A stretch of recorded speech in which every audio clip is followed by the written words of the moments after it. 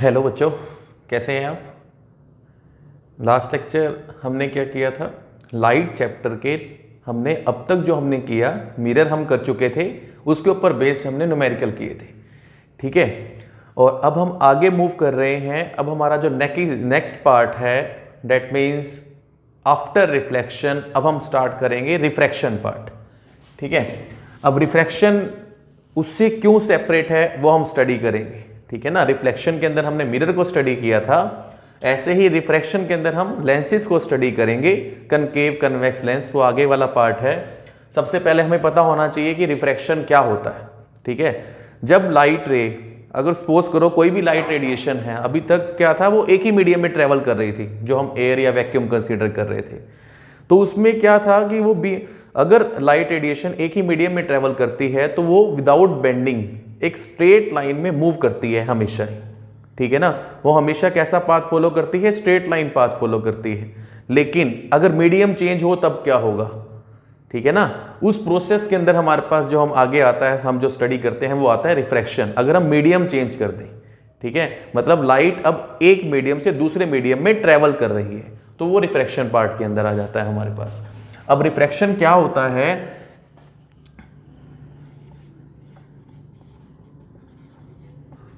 Bending of light takes place when it travels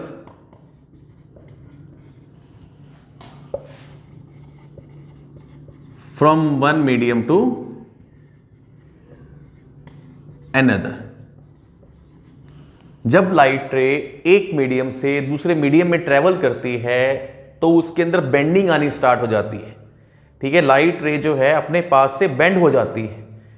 ठीक है, तो अब हमने वो देखना है कि बेंडिंग कैसे होती है। लाइट रे, अगर ये तो है ही है कि अगर एक मीडियम से दूसरे मीडियम में ट्रेवल करेगी तो लाइट रे क्या करती है, बेंड हो जाती है। Bending of light takes place when it travels from one medium to another medium.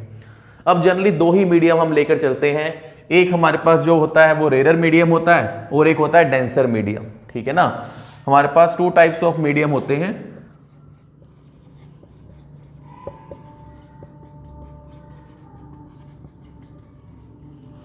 ठीक है, एक होता है हमारे पास रेयरर मीडियम और एक होता है हमारे पास डेंसर मीडियम। जब लाइट रे, रेयरर मीडियम का मतलब क्या होता है कि लाइटर मीडियम है, जैसे एयर होती है, बिल्कुल हल्का मीडियम। ठीक है, जैसे एयर है या वैक्यूम है, वो रेयरर मीडियम में आ जाते हैं। डेंसर मीडियम का मतलब क्या होता है कि बल्कि थोड़ा सा हैवी मीडियम होगा। उसमें क्या होता है कि जैसे रेयर मीडियम में क्या होंगे, पार्टिकल्स बहुत दूर दूर होंगे, लाइट को ट्रेवल करने में कोई प्रॉब्लम नहीं होगी। ठीक है, मतलब अगर कोई भी लाइट रे रेयर मीडियम में मूव करती है तो वो फास्ट मूव करेगी, क्योंकि कोई रेजिस्टेंस नहीं होगी ना, पार्टिकल बहुत दूर दूर है, लाइट रे बिल्कुल सीधी निकल जाएगी। लेकिन डेंसर मीडियम में क्या होता है कि ये एक ऐसा मीडियम होता है कि जिसमें पार्टिकल्स पास पास होते हैं। जब लाइट रे आएगी तो वो स्ट्राइक करेगी, पार्टिकल से स्ट्राइक करेगी तो उसकी क्या हो जाएगी, वेलोसिटी जो है वो डाउन हो जाएगी, स्पीड जो है वो स्लो डाउन हो जाएगी। ठीक है ना, क्योंकि अब उसमें ऑब्स्टेकल्स आ चुके हैं। डेंसर मीडियम में डेंस मीडियम होता है, उसके अंदर पार्टिकल्स पास पास होते हैं। जब लाइट रे आती है तो इन पार्टिकल से स्ट्राइक करती है, जिसकी वजह से उसकी वेलोसिटी क्या हो जाती है, डाउन हो जाती है। ठीक है, मतलब इसमें कैसे मूव करती है, वो स्लो मूव करती है। ठीक है ना, अब हमने देखना है कि अगर कोई भी लाइट रेडिएशन रेयर से डेंसर में आए या डेंसर से रेयर में जाए तो उसके ऊपर क्या इंपैक्ट होता है। यहां तक पॉज करके नोट कर लेना। अब हम चल रहे हैं कि जब कोई भी अगर लाइट रेडिएशन रेयर से डेंसर में आए या डेंसर से रेयर में जाए तब क्या इंपैक्ट होता है। ठीक है,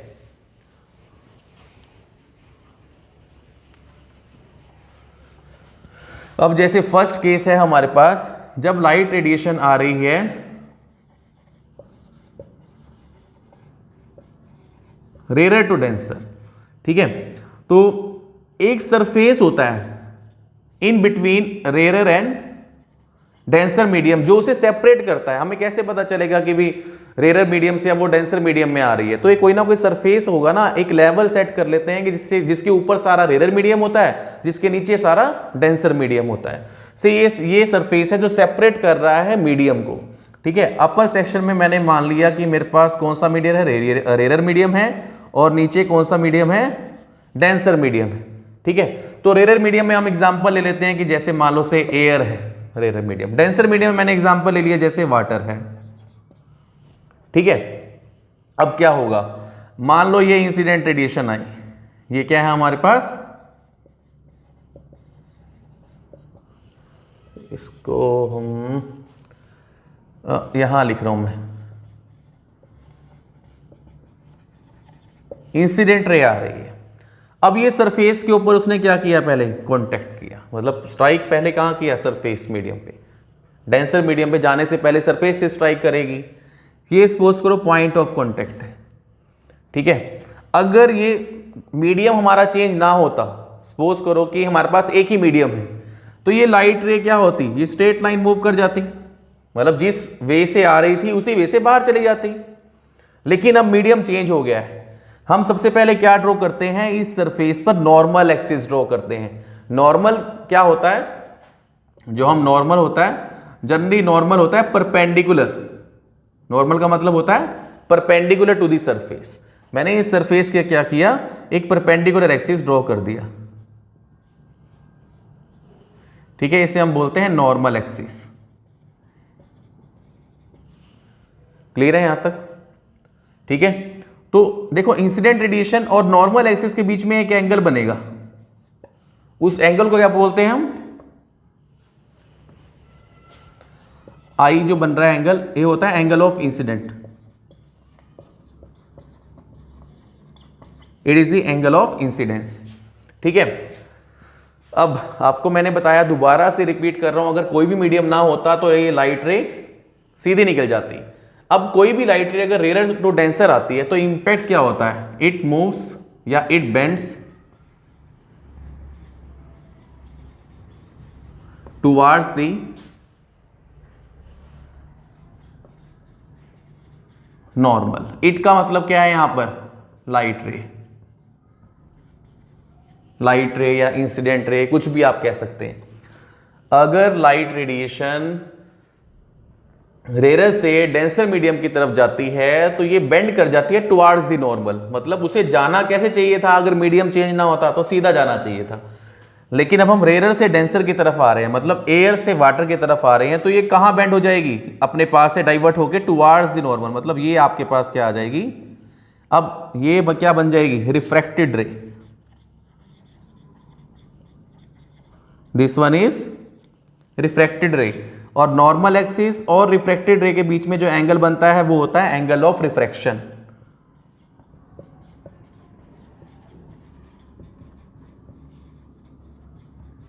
this one is angle of refraction.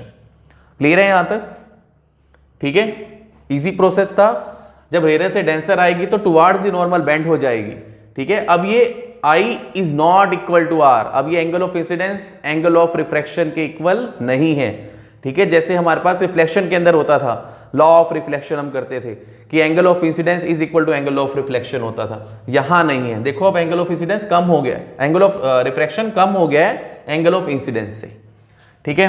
अब हमारे पास इसमें ही अगर हम सेकंड केस पिक करें, मतलब अब हमारे पास लाइट रेडिएशन आ रही है डेंसर टू रेयर, तब क्या होगा, डेंसर से रेयर की तरफ आ रही है, तो ये सरफेस है, दिस इज द सरफेस। अब ऊपर कौन सा मीडियम है हमारे पास, डेंसर, नीचे कौन सा मीडियम है, रेयर मीडियम है। अब सपोज करो ये राइट रेडिएशन आई, ये क्या हो गई, इंसिडेंट रे हो गई, ठीक है। अब इस सरफेस के हम क्या करते हैं, परपेंडिकुलर, मतलब नॉर्मल एक्सिस ड्रॉ करते हैं। सपोज करो ये नॉर्मल एक्सिस हो गया,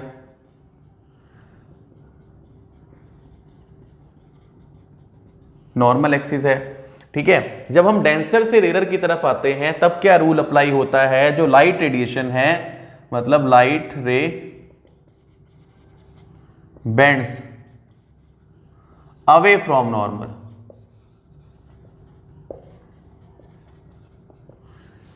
ठीक है।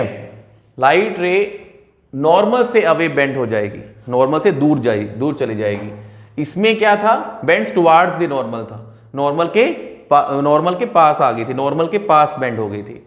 अब देखो नॉर्मल से ये अवे होगी। अगर कोई मीडियम चेंज ना होता तो मेरे पास लाइट रेडिएशन ऐसे जाती, ठीक है। ओह आ रही है बात समझ में। लाइट रेडिएशन हमारे पास कैसे जाती है, सीधी निकल जाती। लेकिन अब क्योंकि हम जा रहे हैं डेंसर से रेयर, डेंसर मान लो हमारे पास वाटर ही है और रेयर हमारे पास क्या है, एयर है, सपोज करो, ठीक है।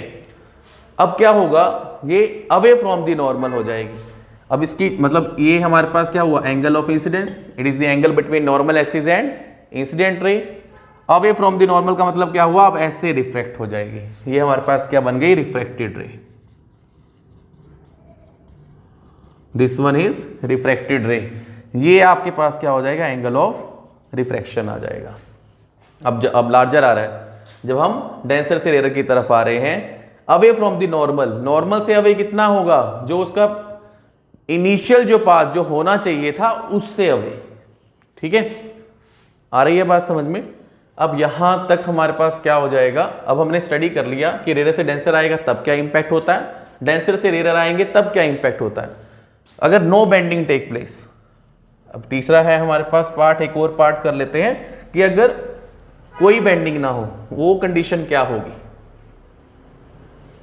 थर्ड केस जो है,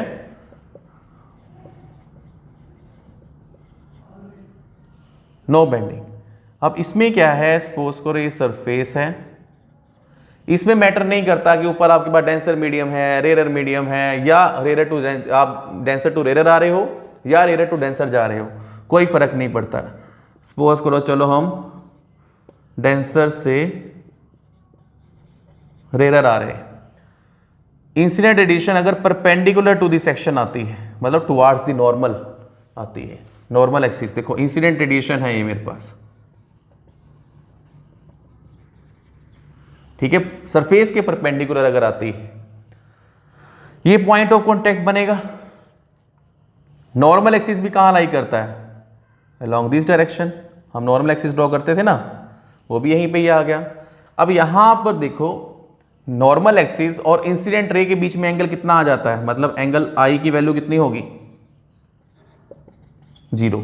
अगर ऐसी कोई कंडीशन बनती है, मीडियम कैसा भी हो, विदाउट एनी रिफ्रैक्शन, मतलब विदाउट एनी बेंडिंग, ये क्या हो जाएगी, सीधी की सीधी रिफ्रैक्ट कर जाएगी इंसिडेंट रेडिएशन।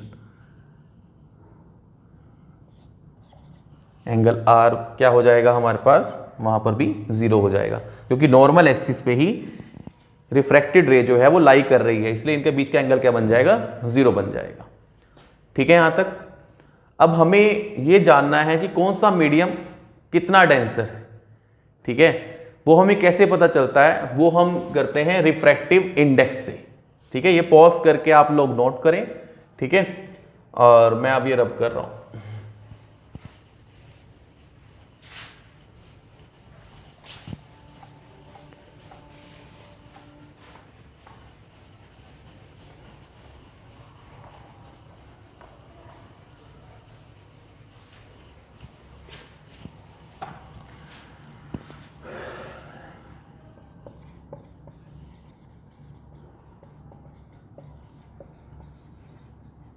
रिफ्रैक्टिव इंडेक्स, इसको हम म्यू से या फिर वैसे जनरली म्यू से ही शो करते हैं या एन से शो करते हैं इसे, ठीक है। Refractive index it is denoted by you. ये हमें बताता है कि कौन सा मीडियम कितना डेंस है, ठीक है। अगर म्यू की वैल्यू जितनी ज्यादा होगी डेट मीन्स उतना ही डेंसर मीडियम है,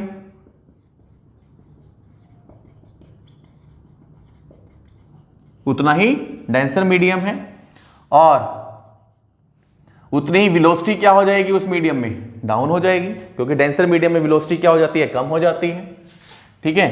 अगर म्यू की वैल्यू कम है तो वो क्या है हमारे पास, रेयर मीडियम है, और यहां पर वेलोसिटी क्या होगी, मैक्सिमम हो जाएगी, ठीक है। मतलब refractive index tells us about the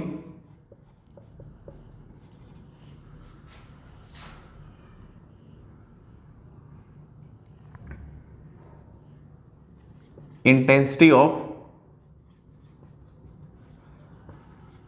densed medium, और रिफाइन करें तो ऑप्टिकली डेंस मीडियम। जो आप लोगों ने डेंसिटी स्टडी की है 10th में, जो मास के साथ कोरिलेट करते थे, density is equal to mass upon volume, उससे अलग है ये ऑप्टिकल डेंस्ड मीडियम। मतलब एक मिरर के केस में हम स्टडी करते हैं या लेंस के केस में स्टडी करते हैं, ठीक है। तो ऑप्टिकली डेंस्ड बोले, रिफ्रैक्टिव इंडेक्स को हम ऑप्टिकली डेंस भी बोल सकते हैं, ठीक है। तो अब देखो यहां से कि हमें क्या पता चलता है कि जो म्यू है वो इनवर्सली प्रोपोर्शनल है वेलोसिटी के, ठीक है, इनवर्सली प्रोपोर्शनल है वेलोसिटी के। अब सपोज करो कि मेरे पास ये दो मीडियम है, मीडियम 1 है, मीडियम 2 है, यहां से कोई लाइट रेडिएशन आ रही है, ठीक है, और ऐसे मूव कर रही है। मान लो इसका रिफ्रैक्टिव इंडेक्स है μ1, इसका रिफ्रैक्टिव इंडेक्स है μ2, ठीक है ना। अलग अलग मीडियम, अलग अलग रिफ्रैक्टिव इंडेक्स। अगर हम ये रेशियो इवेल्युएट करें μ2 बाय μ1 तो वो किससे इक्वल आएगा, क्योंकि देखो वेलोसिटी के इन्वर्सली रिलेशनशिप में है, ठीक है। तो यहां पर क्या हो जाएगा v1 बाय v2। अगर मैं u2 यहां लिख रहा हूं, इनवर्स में वेलोसिटी आएगी v2, μ1 यहां लिख रहा हूं तो इनवर्स में वेलोसिटी आएगी v1। तो हमारे पास ये फॉर्मूला सेटअप होता है। इसको हम और किस फॉर्म में लिख सकते हैं, इसका मतलब क्या हुआ, refractive index of second medium with respect to first medium. इसको हम इस फॉर्म में भी लिख सकते हैं, v1 by v2, refractive index of second medium with respect to first medium. यहां पर जो होगा वो उसका रिफ्रैक्टिव इंडेक्स हम फाइंड आउट कर रहे हैं with respect to first medium, ठीक है। यहां तक रिफ्रैक्टिव इंडेक्स हमें बताता है कि कौन सा मीडियम कितना डेंस है। जितना डेंस होगा उतनी ही वेलोसिटी कम होगी, जितना रेयर होगा उतनी ही वेलोसिटी ज्यादा होगी, ठीक है। यहां तक एक छोटा सा न्यूमेरिकल देख लेते हैं। देखो सपोज करो हमें वेलोसिटी इन एयर हमें गिवन है, velocity of light in air suppose करो वो हमें गिवन है 3 × 10⁸ मीटर पर सेकेंड, और वेलोसिटी इन ग्लास हमें गिवन है, ठीक है, वेलोसिटी इन ग्लास हमें गिवन है, वो कितनी है हमारे पास, सपोज करो 2 × 10⁸ मीटर पर सेकेंड। हमें कहता है कि refractive index of glass evaluate करो with respect to 1, refractive index of glass evaluate करो विद रिस्पेक्ट टू एयर, कह लो एयर गिवन है ना आपको, मतलब अगर मैं ऐसे लिखूंगा तो μg बाय μa आ जाएगा। अब यहां पर देखो, ध्यान से देखना है, हमें क्या इवेल्युएट करना था, refractive index of glass with respect to air. इसको हम कैसे लिख सकते हैं, जैसे यहां लिखा था μ2 बाय μ1 मतलब μg बाय μa, वो किससे इक्वल हो जाएगा हमारे पास, देखो ये हो जाएगा वेलोसिटी, यहां पर हमारे पास क्या आएगा, velocity of air inverse relationship में, और यहां पर velocity of air in glass, मतलब ये बन जाएगा 3 × 10⁸ डिवाइड बाय 2 × 10⁸। यहां से हमारे पास वैल्यू आ जाएगी 1.5, ठीक है, ये हमारे पास रिलेशनशिप आ जाएगा।